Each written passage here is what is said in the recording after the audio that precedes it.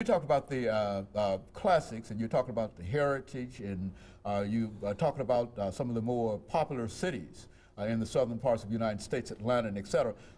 Here you are able to draw some 60 and 70,000 persons for these particular games. Talk about that. Well, it's a great time. We're able to, both of the classes that we go to traditionally, the classic in Memphis and the classic in Atlanta, they're equal distance between both the schools. In Memphis, it's 3 hours from Jackson, 3 hours from Tennessee State. Both schools have large alumni bases in the city of Memphis, and our fans like to travel in. Anytime we get together along with the bands, it's just a great football atmosphere.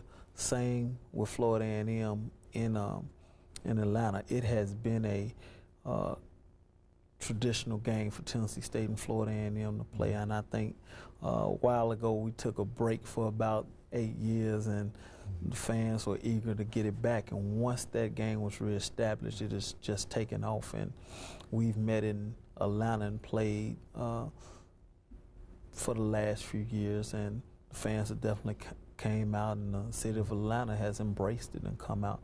So I think that is a good atmosphere for our young men to go and play in and get the opportunity to play in 2 major cities, one being a pro facility, but we play at a pro facility at home, so they get kind of used to that. Mm-hmm. Okay, and they really do. And of course, Coach Reese, when you talk about the heritage, the classics, and et cetera, over the last minute we have before we have this break, you're talking about not only a football game, but it seems that the whole city and all the entire region become involved in this kind of economic operation and enterprise and et cetera. Those 2 games, the game in Memphis and the game in Atlanta, both cities have embraced both the games, and they have tremendous support, tremendous sponsorship, and they definitely have the people there, and they definitely come out and to see the teams play.